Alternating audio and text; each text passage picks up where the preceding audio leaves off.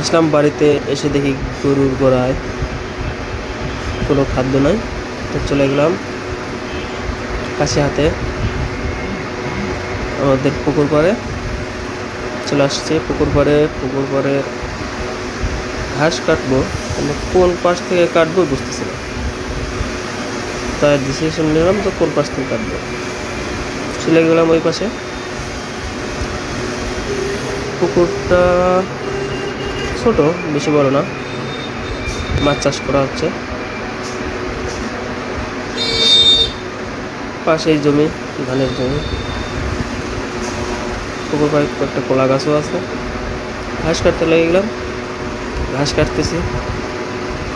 প্রচণ্ড রোদ গরমের মধ্যে, কাটার সময় একা একা কাজ করতেছি। ছোট ভাই যাচ্ছিল, ডাক দিলাম। ছোট ভাই একটু সময় কাটানোর জন্য, যত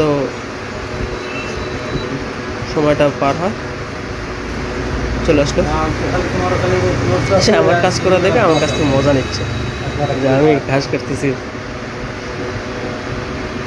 আসলে তো আমি এগুলো করি না ঠিক মতো, তাই যাই হোক, ভাইয়ের সাথে গল্প করলাম, ভালো লাগলো।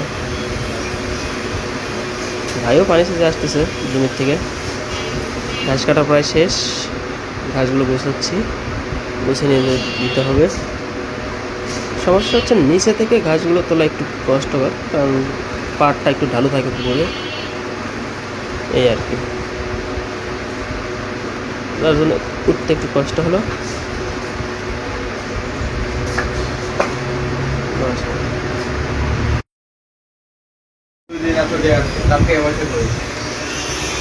নিয়ে চলে আসলাম ঘাসিলাটি বাড়িতে। এরপরে ঘাসগুলো রাখলাম, এখন শুধু কেটে গরুগুলো দিতে। আমার তো মেশিন নাই, তাই ঘাসগুলোকে চাপা দিয়ে কাটতে হবে। আজকে আমার মাতৃ মানুষের ৭৫